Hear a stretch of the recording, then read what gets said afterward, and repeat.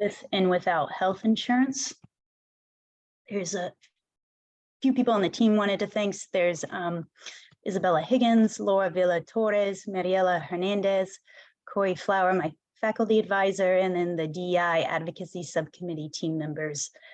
This was funded by the Community Access to Child Health Planning Grant, and then I'm also funded by the HRSA. So a brief background that many of you are familiar with is that there's a lot of prior literature focusing on how the health of US-born children and immigrant families is associated with the health of other family members. And a lot of this focuses on the mother. There's been work showing how inclusive policies like expanding prenatal care to undocumented women is associated with increased health insurance enrollment of their children, well, child check attendance and increased vaccination rates, as well as decreased infant mortality.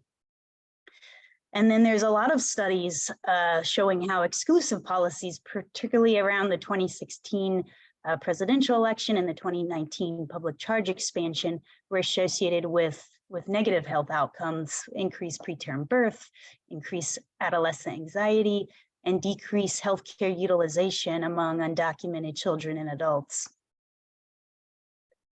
So the premise of this study is that to decrease child health disparities, we really have to focus on the well-being of the family unit. And this is building on some work and projects that I've done with another mentor, Dr. Rashina Cholera, and then I also saw Dr. Stafford as well.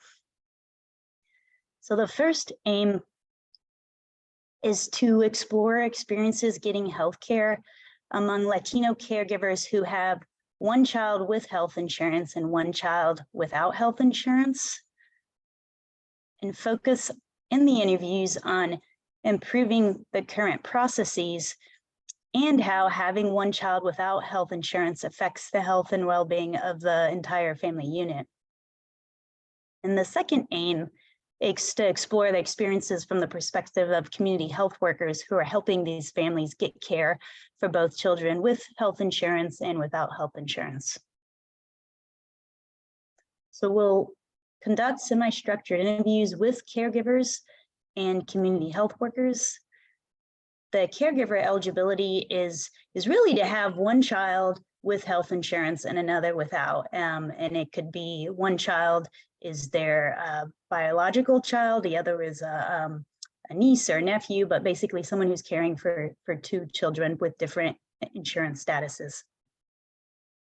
The other eligibility criteria is that they identify as Latino or Hispanic. The caregiver must be an adult. And then with the CATCH grant that we have, we're focusing on families that live in Orange, Durham, and Chatham County. And the community health worker eligibility is that they are bilingual in Spanish and English, and they serve the families in the counties above. For recruitment, we've created flyers, and then if we have the opportunity, talking in person at different community-based organizations. On the flyer, there'll be a QR code that links to a UNC website about the study to increase the legitimacy. And then there is a study email, and then also a text-only study phone number that potential participants could text asking more information, and then the research assistant can text back to schedule a time to talk more about the study and ask if they're interested.